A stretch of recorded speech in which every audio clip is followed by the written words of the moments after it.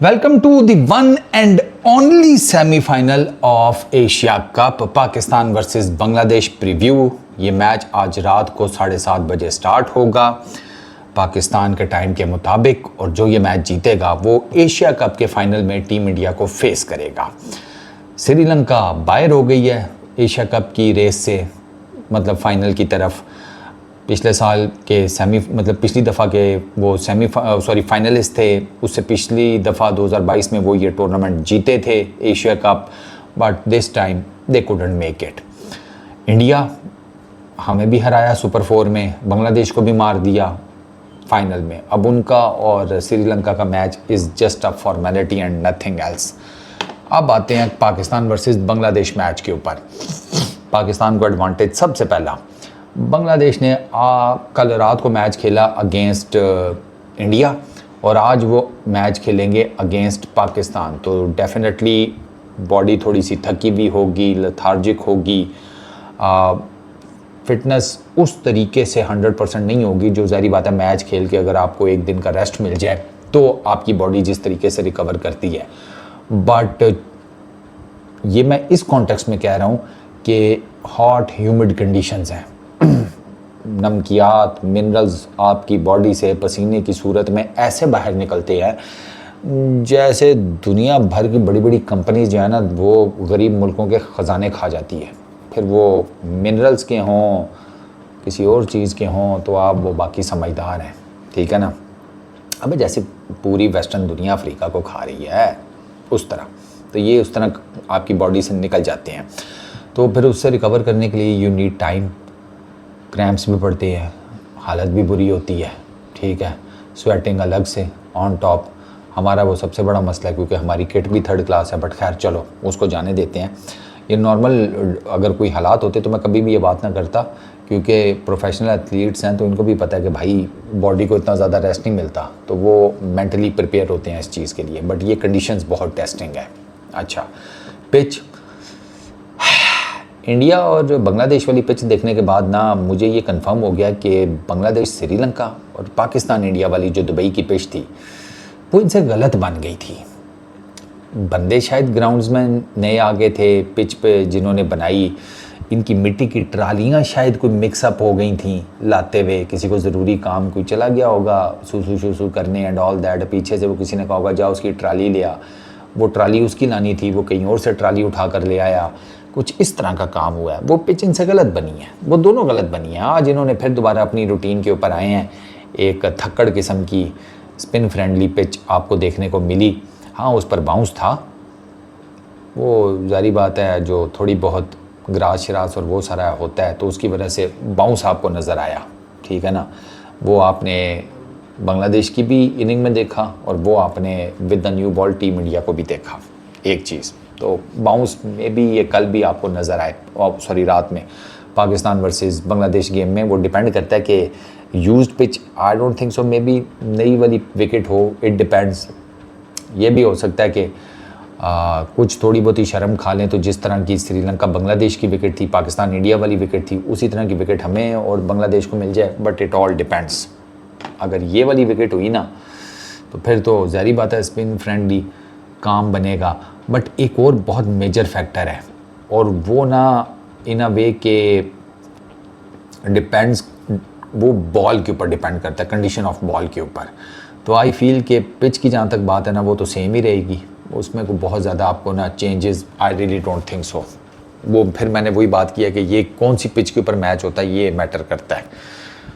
I hope कि वो Bangladesh Sri Lanka Pakistan India वाली पिच हो तो उसमें थोड़ा ज़रा रन्स बन सकते हैं।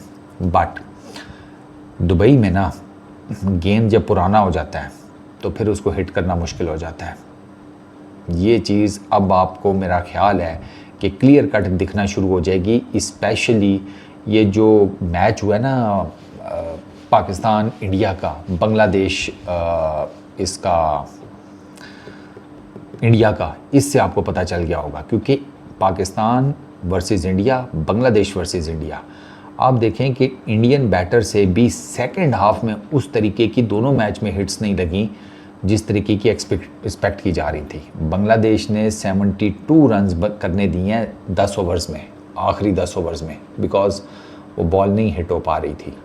तो इसका मतलब ये है कि इस मैच में पाकिस्तान वर्सेस बांग्लादेश, दोनों साइड्स के लिए कौन पहले बैटिंग कर रहा है डजेंट मैटर, कौन पहले फील्डिंग कर रहा है डजेंट मैटर। दोनों साइड्स जब बैटिंग करने आएंगी तो पावर प्ले, और पावर प्ले के 4 ओवर बाद के, या 5 ओवर कर लें, 6 ओवर कर लें, ये 10-12 ओवर्स में आपको ठीक ठाक रन्स बनाने हैं। आपको डेथ ओवर्स में उस तरह की हिटिंग आप नहीं कर पाएंगे, बहुत मुश्किल है, अनलेस और अनटिल कि कोई किस्मत ही बहुत धनी है, क्योंकि अभी तक मैंने उस तरह की हिटिंग नहीं होते हुए देखी जिस तरह की डेथ ओवर्स में होती है। वरना पांड्या क्रीज पर मौजूद था, मार नहीं सकता था, या वो मार नहीं, मतलब उसके अंदर है ही नहीं मारने वाला, नहीं वो मार लेता है, मसा मार के वो 5 बाउंड्रीज तो फिर भी मार ही गया था एंड पर, लेकिन वो फुल फ्लैज उससे कोई नहीं हिटिंग लगी। पटेल ठीक ठाक हिटिंग कर लेता है, नहीं लगी उससे गेंदें। ये सेकंड फेज में batting is not easy here, पहली इनिंग में भी दूसरी इनिंग में भी। तो अब इसमें ये डिपेंड करता है, वो जो कहा जाता है ना चेजिंग आसान है, चेजिंग आसान है, वो ओवरऑल जो दुबई की विकेटें हैं ना उसके हिसाब से, वो शुरू से लेकर अभी तक का ट्रैक रिकॉर्ड देखकर देखा जाता है। बट आई फील कि इस टूर्नामेंट में इट डजेंट मैटर मच। आप पहले बैटिंग कर रहे हैं, आप सेकंड बैटिंग कर रहे हैं, 168 नहीं चेज हुआ बांग्लादेश से, 168 कोई मुश्किल टोटल नहीं है, सेम टोटल है जो इसी विकेट के ऊपर उन्होंने चेज कर लिया था अगेंस्ट श्रीलंका। सेम टोटल से इंडिया के अगेंस्ट नहीं चेज हुआ। Quality of bowling and all that वो सब मैटर करता है। पाकिस्तान और बांग्लादेश के मैच में आई फील कि पाकिस्तान अगर टॉस जीतता है तो वो चेजिंग के लिए जाएगा। This is what I feel कि कम टोटल के ऊपर बांग्लादेश को पकड़ो और फिर उसको चेज़ करो। उसमें प्रॉब्लम यह है कि पाकिस्तान की बैटिंग लाइनअप किस तरीके से करती है, चेज़ के लिए किस तरीके से जाती है। हमसे तो 134 जो चेज़ होना है श्रीलंका के अगेंस्ट, वो भी अबू धाबी में, जो कि बैटिंग के लिए ज़्यादा फीजिबल विकेट है। हमने तो वहाँ हमारे लिए लेसन लग गए थे।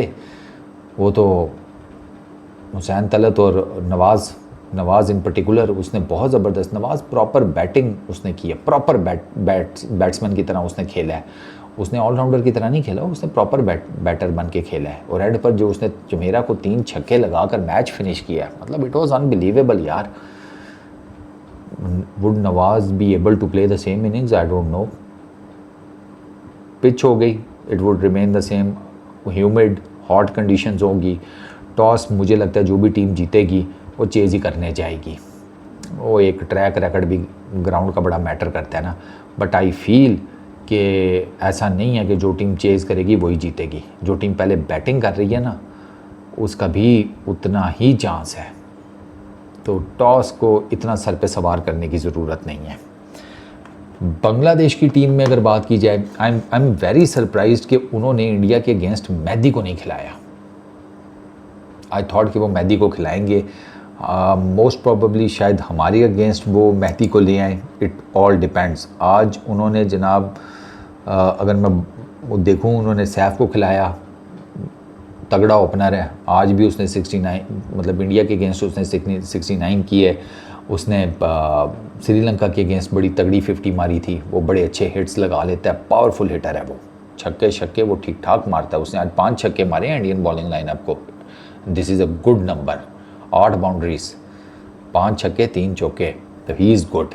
तंजीद वो इंडिया के अगेंस्ट तो कुछ नहीं कर सका, बुमराह की गेंद के ऊपर फंस गया, ठीक है ना। बुमराह उसके मतलब इन अ वे के ओवर द विकेट ही उसको पैड से बाहर की गेंद निकाली है।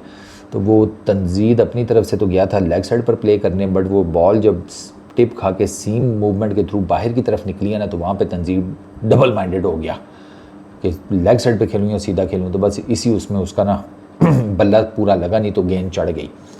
तो ये जिस तरीके से इंडिया के अगेंस्ट आउट हुए हैं, आई रियली होप कि ये फुटेजेस पाकिस्तान टीम देख रही हो। अगर ह्यूमिड कंडीशंस हुई ना ज़्यादा कल, तो गेंद मूव करेगा, पहली इनिंग में भी करेगा, सेकंड इनिंग में भी करेगा। तो उस मूवमेंट से आपको फ़ायदा उठाना है, बिल्कुल उसी तरीके से जिस तरीके से जसप्रीत बुमराह ने अपने ओपनिंग स्पेल में उठाया है, क्योंकि उसका फास्ट बॉलर्स में सबसे ज़्यादा इकोनॉमिकल स्पेल था with the new ball. Bumrah को लेंथ समझ आ गई थी, तो बुमराह की लेंथ देख लें, उसने बांग्लादेश के टॉप ऑर्डर को किस लेंथ पे पकड़ा है, गुड लेंथ। और वो मतलब ऑफ स्टम्प का जो चैनल है ना, उसने ऑफ स्टम्प, थोड़ा सा ऑफ स्टम्प से बाहर वो जो चैनल है सारा, उसने वहीं गेंदे करा करा के वहीं से मूवमेंट बाहर को जनरेट करके वहीं से जिसे कहते हैं बाउंस पैदा करके, तो उसने वहाँ पर बांग्लादेश के टॉप ऑर्डर को पकड़ा है। आपको भी ये करना पड़ेगा, ठीक है। अच्छा, बांग्लादेश की टीम में जो तगड़ा, जो मुझे लगता है ना कि जो पाकिस्तान को तगड़ा टफ टाइम दे सकते हैं, उसमें डेफिनेटली सैफ है, उसमें डेफिनेटली तंजीद है, उसमें तौहीद है। तौहीद बड़ा तगड़ा बैट्समैन है, ठीक है। अच्छा, फिर उसमें जाकिर है, शमीम भी है, बट शमीम अभी तक ना वो कुछ उस तरीके से कर नहीं सका, तो आई हैव माई डाउट्स। तो बैटिंग में तो अभी ऑब्वियसली लिटन दास भी मोस्ट प्रोबेबली वापस आ जाएंगे, तो आई फील कि इमोन जो है वो बाहर हो जाएगा, लिटन दास आ जाएंगे उसकी जगह के ऊपर। बाकी टीम आई थिंक सो ये सेम रखेंगे, वही इंडिया वाली। इसमें ये देखने हो सकता है कि वो मेहदी को ले आएँ against Pakistan, but it depends कि अगर मेहदी को लाते हैं तो ये बाहर किसको निकालेंगे, ये भी मे बी फिर ये सैफुद्दीन को बाहर करते हैं, फिर ये मेहदी को अंदर करेंगे, सैफुद्दीन को बाहर कर देंगे। रिशद खेलेगा, डेफिनेटली खेलेगा। तंजीम, नसुम और मुस्तफ़ीज़, ये आई थिंक इनकी टीम होगी। फिज़ को आपको कैटर करना पड़ेगा। फिज़ का जो कटर्स हैं आपको उनको बहुत देख सुन के खेलना पड़ेगा, क्योंकि उसके कटर्स बहुत मसाइल पैदा करते हैं भाई। 150 विकेटें हो गई हैं फिज़ की, वो हाईएस्ट नंबर ऑफ़ विकेट्स ले बैठा है बांग्लादेश की तरफ से इन T20 इंटरनेशनल्स। इससे पहले 149 थे मेरा ख्याल है शकीब के, अब फिज़ के हैं 150। तो फिज़ को आपको टैकल करना पड़ेगा। फिज़ का बड़ा सिंपल सा मॉडस ऑपरेंडी है, 1 ओवर वो पावर प्ले में करता है, 1 ओवर वो आता है मिडल ओवर्स में, 11वां 12वां जब चल रहा होता है उनमें से कोई एक, ठीक है। उसके बाद आता है वो 2 ओवर करने डेथ ओवर्स में, और डेथ ओवर्स में फिज़ इज़ ऑलमोस्ट अनटचेबल। पिछले मेरा ख्याल है कुछ 6-8 महीनों में ना या इसे थोड़ा सा ऊपर नीचे कर लें, 3 की इकॉनमी है, 3 रन्स की इकॉनमी 19वें ओवर में फिज़ की। Can you freaking believe it कि एक बंदा 19वां ओवर करा रहा है, डेथ ओवर, फास्ट बॉलर है, 3 की इकॉनमी से वो ओवर करवा के जा रहा है। ये इतना वो ज़बरदस्त डेथ बॉलर है और विकेटें भी निकालता है डेथ ओवर्स में वो। तो आपको फिज़ को कैटर करना है, स्पेशली डेथ ओवर्स में। आपको तंजीम को करना है, हु हैज़ बॉल्ड ब्रिलियंटली। तंजीम ने इंडिया के अगेंस्ट बड़ी ज़बरदस्त बॉलिंग की है, 1 ओवर में उसको मार पड़ गई, वरना वो मार खाने वाला बॉलर है नहीं। He is quick, skiddy and he is very aggressive, और वो लाइन और लेंथ बड़ी पक्की रखता है। वो बड़े पक्के बाटे किस्म के वो बॉल मारता है जिनको आप हिट आउट नहीं कर सकते। तो आपको तंजीम का भी तोड़ करना है, ठीक है। अच्छा, रिशद को आपने खेला हुआ है, तो रिशद को मे भी पाकिस्तान की टीम बेहतर मैनेज कर ले। एक तो आपके पास लेफ़्ट हैंडर्स हैं, साइम हो गया, हुसैन तलत हो गया, फ़खर ज़मान हो गया, ठीक है। और फ़खर ज़मान ने तो रिशद के अगेंस्ट खेला भी हुआ इन द नेट्स, क्योंकि ये दोनों लाहौर कलंदर्स के लिए खेलती हैं। तो then you have Nawaz as well, you have Shaheen as well. तो ये ऐसे हैं कि जो, क्योंकि रिशद लेग स्पिनर है तो वो पढ़ के गेंद अंदर की तरफ आएगा, तो वो ईज़िली इनके लिए खेलना मतलब मैनेज करना ईजी हो जाएगा। मेहदी अब डिपेंड करता है। हालांकि मेहदी और फिज़ ने श्रीलंका के अगेंस्ट बड़ी ज़बरदस्त बॉलिंग की थी, एंड आई थॉट कि ये मेहदी को खिलाएंगे इंडिया के अगेंस्ट, बट इन्होंने नहीं खिलाया। तो आई फील कि मेहदी का कम बैक हो सकता है। बैटिंग में मैंने आपको बता दिया इनके कुलाड़े कौन है। इंडिया के अगेंस्ट मैंने ये देखा है कि बांग्लादेश की टीम प्रेशर में थी, specially when they were batting. I don't no किस चीज़ का उन्होंने एकदम से प्रेशर ले लिया, कोई ज़रूरत नहीं थी।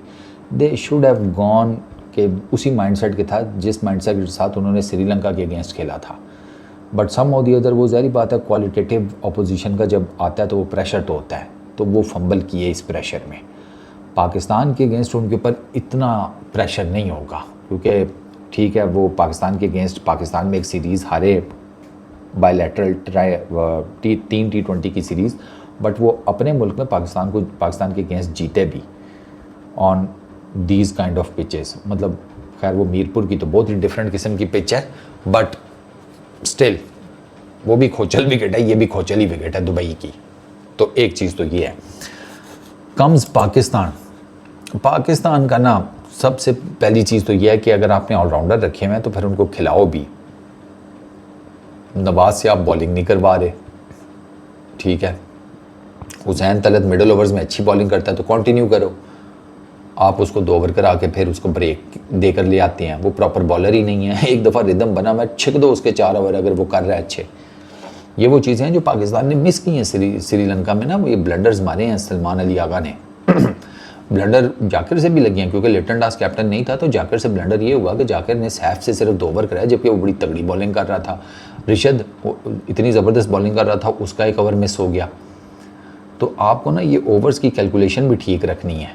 ऐसा ये मतलब ठीक है, आपके पास ऑप्शन जब आप ऑलराउंडर्स खिलाते हैं तो आपके पास बॉलिंग ऑप्शंस बहुत ज़्यादा बढ़ जाती हैं। जैसे पिछले मैच में शाहीन, फ़हीम, हारिस, आगा, हुसैन, अबरार, इन 6 ने बॉलिंग की थी। साइम और नवाज़ ने बॉलिंग ही नहीं की, तो 8 बॉलर थे कल पिछले मैच में आपके पास।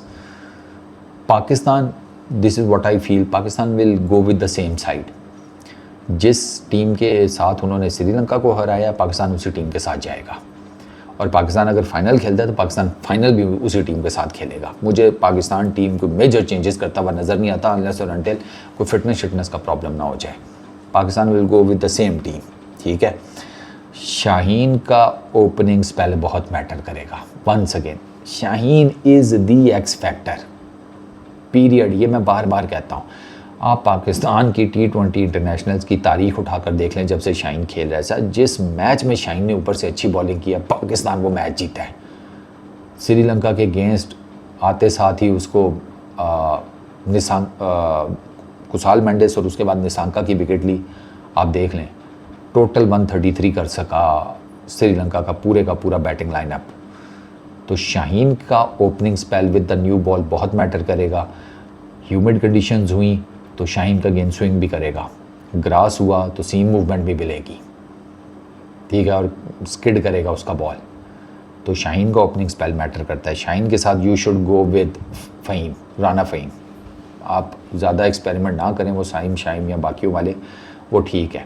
इन दोनों से आप कराएं ओपनिंग, क्योंकि राना साहब ने पिछले मैच में ठीक बॉलिंग की है, 8.5 की इकॉनमी से, विकेट तो कोई नहीं ली, लेकिन 34 रन दिए, which is not that bad. ये आपके न्यू बॉल बॉलर्स हैं।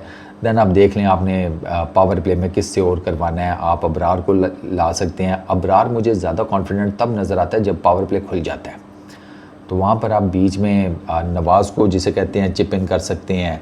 आप वहाँ पर सलमान अली आगा आकर ख़ुद भी चिप इन कर सकता है। 2-2 ओवर अगर राना फ़हीम और वो करवा लेते हैं शाहीन, तो 1-1 ओवर बीच में 2 कोई और करवा के तो फिर आप मिडल ओवर्स में लेकर आएँ अबरार को।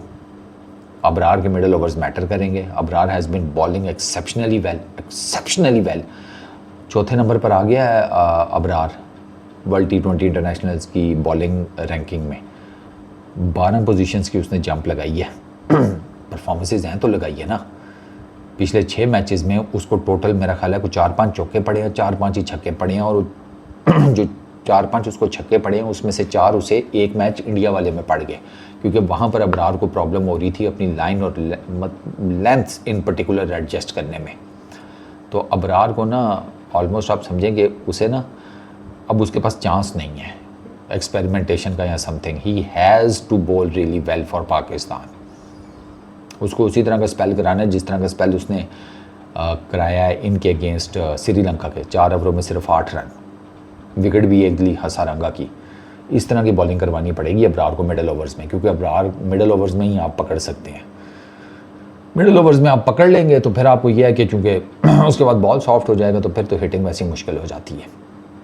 ठीक हो गया। तो अबरार का मतलब आपका पावर प्ले में आप you have to make sure कि आप ज़्यादा मार मत खाएं। सैफ आएगा तगड़ा, अब वो फिर शाहीन और फ़हीम का काम है उसे कैसे टैकल करना है। तंजीद भी तगड़ा आएगा, तो आपको उनको मैनेज करना पड़ेगा। ठीक हो गया। एक चीज़ तो ये हो गई। फिर उसके बाद आप मिडल ओवर्स में फिर आपका हारिस रऊफ़ भी आ जाएगा। जैसे पावर प्ले खुलता है तो हारिस रऊफ़ भी आ जाता है। हारिस है, अबरार है, नवाज़ है। Then you have multiple options. आप उनके साथ जिसे कहते हैं मैनेज कर सकते हैं। हुसैन तलत पिछली दफ़ा हमने देखा मिडल ओवर्स में ही वॉज ऑलमोस्ट अनप्लेएबल यार। वो ऐसी टिबरियाँ मार मार के उसने श्रीलंका का जिसे कहते हैं मक्कू ठप दिया था। 2 गेंदों के ऊपर 2 विकेटें लेगा। He was on a hat trick. लेकिन वहाँ पर उसे 2 ओवर करा के उसको साइड पे कर दिया। हारिस रऊफ को बीच में लाया गया, वो 10 रन खा गया, 8-10 रन, वो गलत डिसीजन था। तलत अगर नहीं मार खा रहा ना, कंटिन्यू कर ले उसके साथ, है तो रिस्क ही, पर ले जाएं। ऐसी विकेटों के ऊपर उस तरह के जो टिबरी बॉलर है ना, चल जाते हैं। तो पाकिस्तान की बॉलिंग लाइनअप में डेफिनेटली शाहीन का ओपनिंग स्पेल बहुत मैटर करेगा, अबरार की बॉलिंग, हारिस रऊफ की बॉलिंग ये 12 ओवर तो बहुत क्रूशल है आपके, ठीक है। बाकी पीछे 8 ओवर बचते हैं, और वो 8 ओवर कराने के लिए यू हैव नवाज़, साइम, हुसैन तलत, आगा खुद, फ़हीम। वो 8 ओवर कराने के लिए आपके पास 5 बॉलर्स हैं।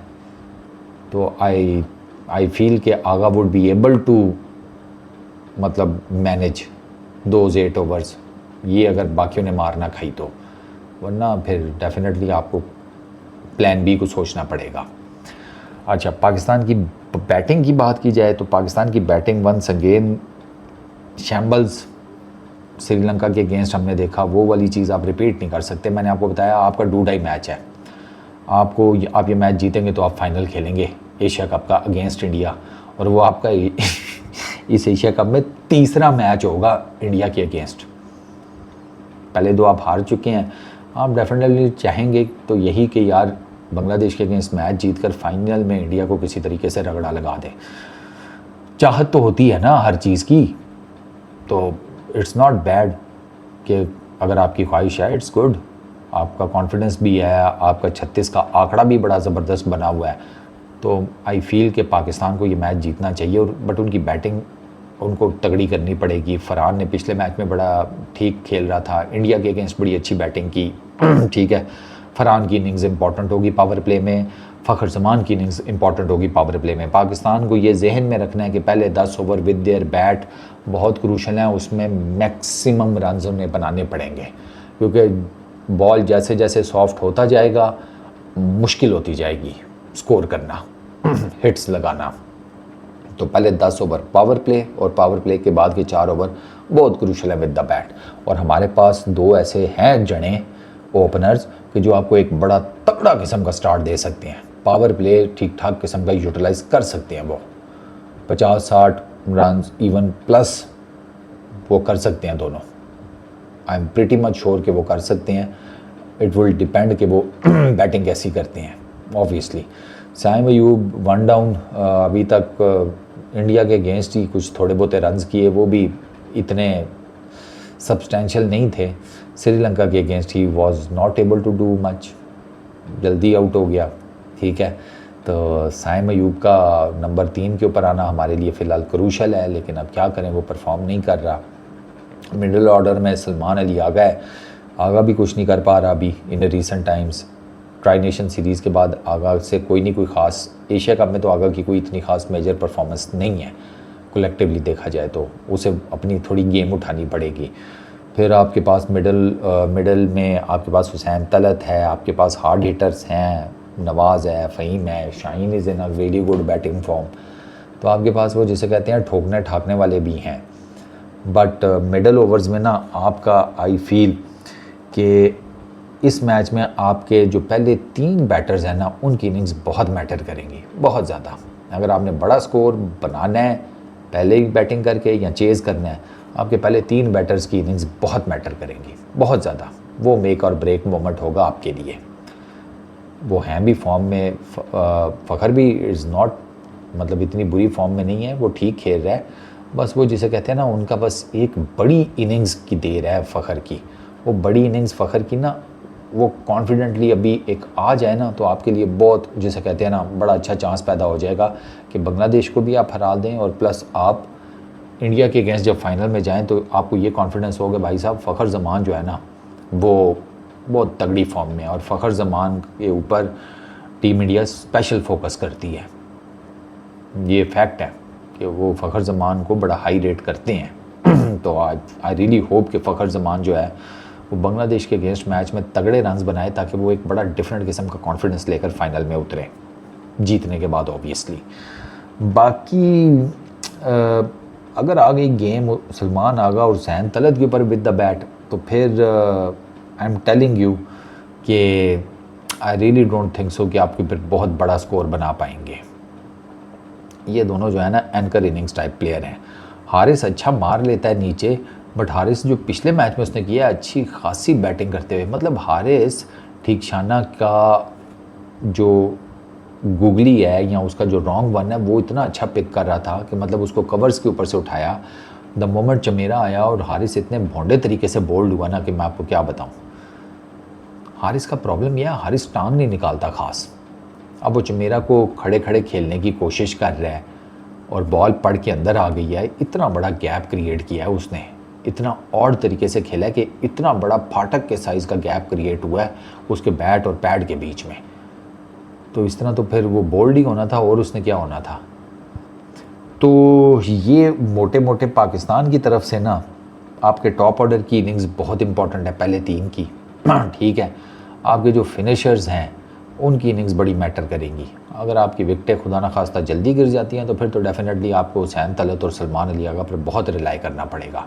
हाँ, अगर आपको ऊपर से बड़े तगड़े स्टार्ट मिल जाते हैं तो आपके पास, जैसे आपने पहले 10 ओवर्स में विकटें ज़्यादा नहीं गिराई और लेट सपोज आप 100 रन कर गए हैं या 100 के आसपास कहीं कर गए हैं, तो सेकंड हाफ में यू हैव दी ऑप्शन कि आप नवाज़ को, फ़हीम को, हारिस को, शाहीन को, इनको भेज सकते हैं ताकि ये जाकर मज़ीद उस रन रेट को बूस्ट करें। बट वो हम इंडिया के अगेंस्ट भी हमें ये करना चाहिए था, वो हमने किया नहीं और उस गलती का हमें खमियाजा भुगतना पड़ा कि हमने उस टाइम फ्रेम में जब हमारी 2 विकटें गिरी हैं सेकंड फेज़ में 10 ओवरों के बाद 40 डॉट बॉल्स हमने खेली हैं, वो बाउंड्री लेस बॉल्स 40। अब 40 आपने बाउंड्री के बगैर गेंदें खेल ली हैं, ये तकरीबन 7 ओवर बनते हैं।